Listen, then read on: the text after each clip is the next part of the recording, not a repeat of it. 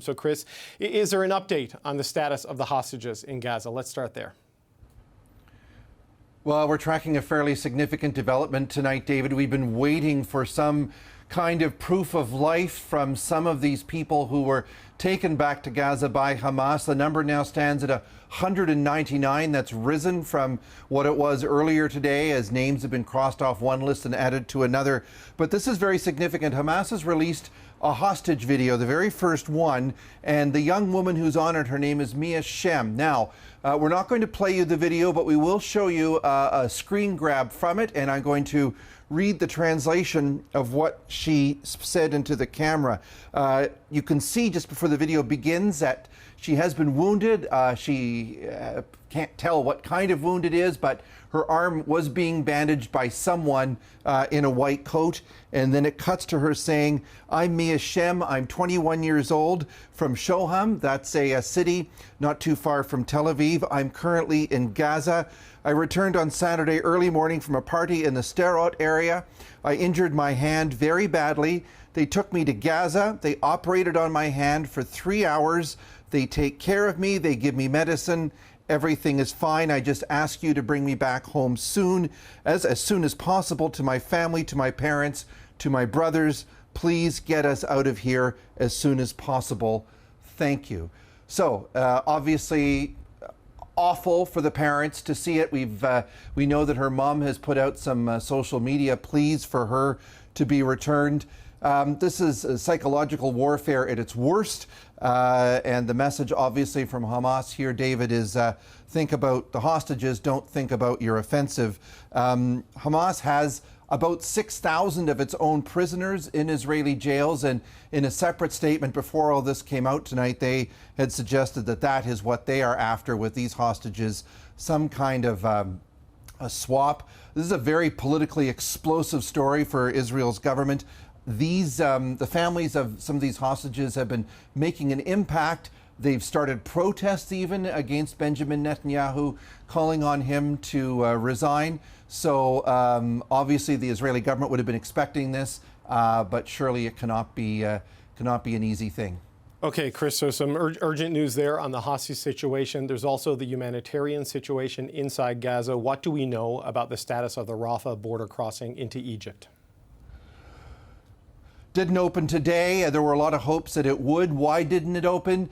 Egypt is blaming Israel, saying from their point of view, the border is actually open, but it's just not operational. They have also accused Israel of actually dropping bombs right near the border crossing.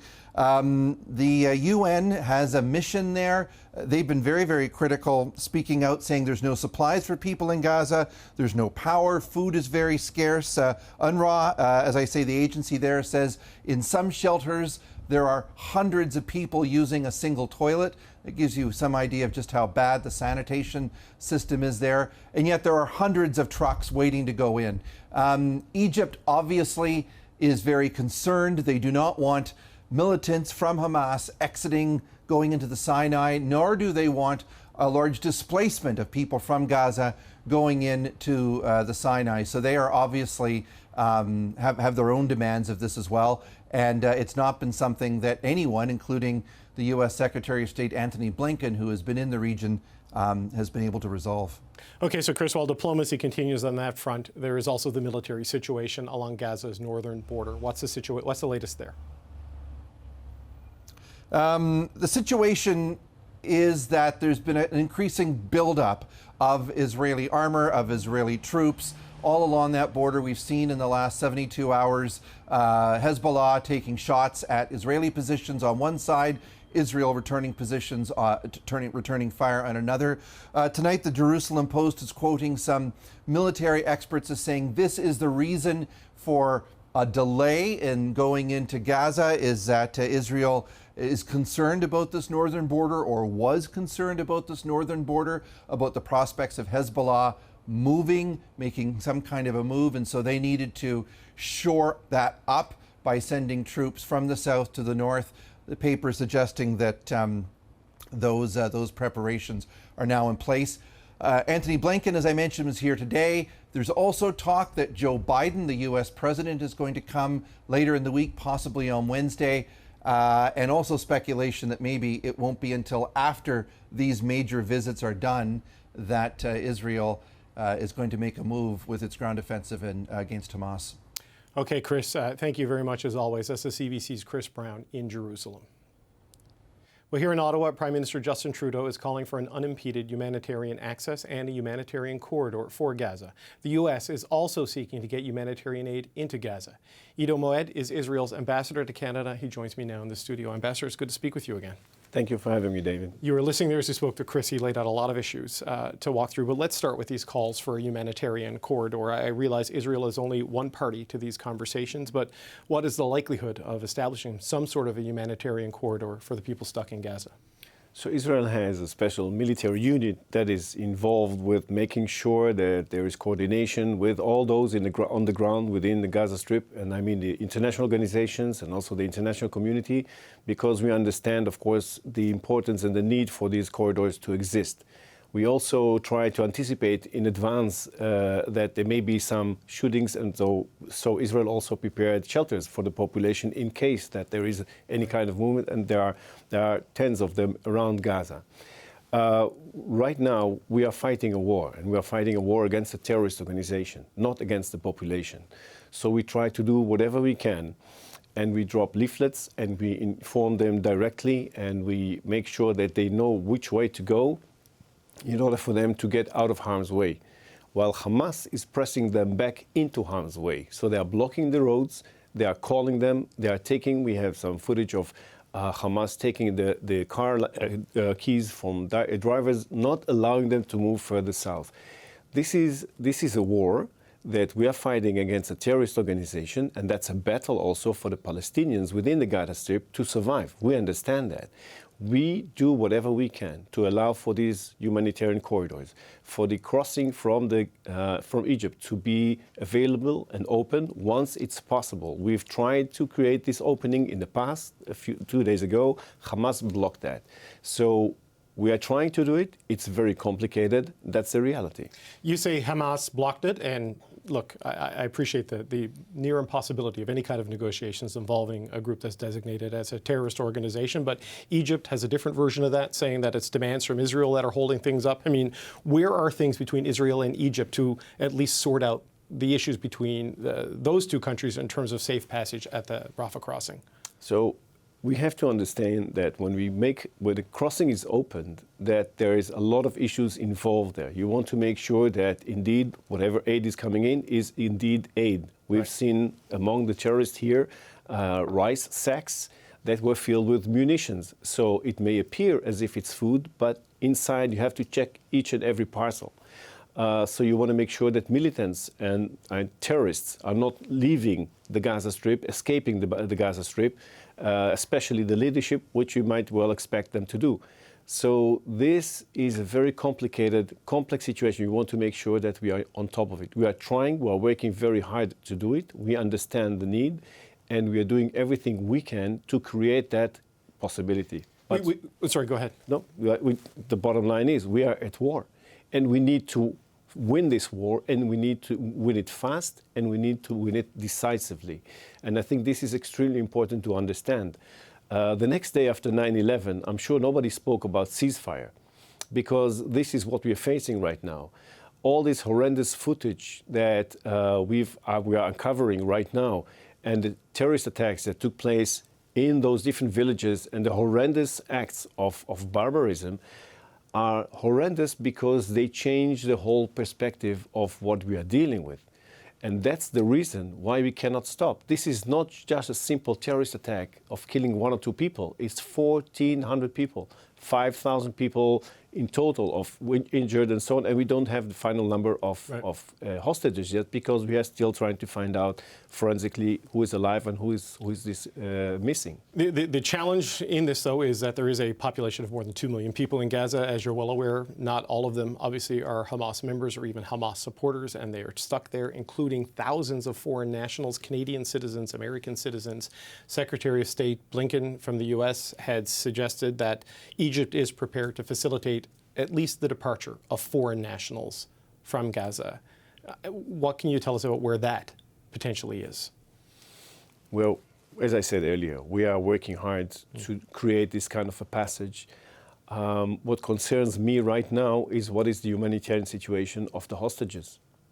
Right. Nobody is really taking care of that. Nobody has access to them, not the Red Cross, nobody. Nobody really knows. And when that happens, and there are hundreds of Israelis held in underground in the Gaza Strip, and who knows what happens, and we just witnessed something that I cannot confirm, but this is really mind-boggling that this is what we are dealing with. So, of course, we want to make sure that people are safe, those who are not involved are safe, but it will take us time, and we will need to resolve a lot of issues before that can happen.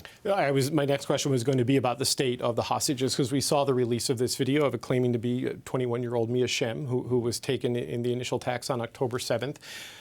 What do you know about the status of the hostages and efforts underway to potentially free them or get them exchanged in some way? Is there anything you can share on that front? That's the whole point. This is the target of the Hamas, to create this kind of open question that will make this kind of a concern in Israel, create this protest against the Prime Minister, another pressure not to go into Gaza, not to get rid of Hamas, because they're holding these people hostage. We don't know anything about them at the moment. We are gathering a lot of information. But as I told you, we are also investigating the human remains that we found in different locations to try and understand if there are people, these people have been abducted, or are they dead, or whatever. And this is a very, very serious situation, because under these conditions, when you expect Israeli government to look at issues that are not pertaining to the direct elimination of the Hamas, you have to understand that that is not the priority of Israeli government at the moment. We know and we heed and we live by international law. We understand exactly what it means. I don't think there is any military that understands the implications of international law and the law of armed conflict as the Israeli military. We are very well aware of it. We are very transparent in that. But we also have to understand that we have to keep the lives of Israelis safe. Well, there has been a lot of criticism, though, of the bombardment of Gaza. You've heard this from the United Nations, from aid groups, saying that this is, in effect, collective punishment on the civilian population. We spoke to an Ottawa woman earlier that's going to play later in the show. She's lost 35 family members inside Gaza, or 45 maybe, since this started. I mean, what do you say to people who are losing loved ones, Canadians, Americans, people from all over the world who are losing loved ones because of the response of the Israeli military to, and let me be very clear, to the provocation and the assault, the murders of Hamas? What do you say to people who are now seeing their family members caught up in all of this? I would say, first of all, it's horrendous. It's absolutely horrendous to lose families, whole families, and all of that. We know that. We understand that. We try to do whatever we can to avoid that. So therefore, we inform the population, we warn the population, we warn them minutes before attack takes place. But when Hamas holds them hostage and does not allow for them to move and keeps them there as human shields, it means that Hamas doesn't care at all about Palestinian lives. They care only about killing Israelis. And let me say one more thing about this. When Hamas was planning this attack for months or who knows how long, they never even saved one drop of water, 1 ounce of fuel, 1 sack of rice or food for the population, even though they knew that whatever happens, Israel will react immediately, and that will come as scarcity.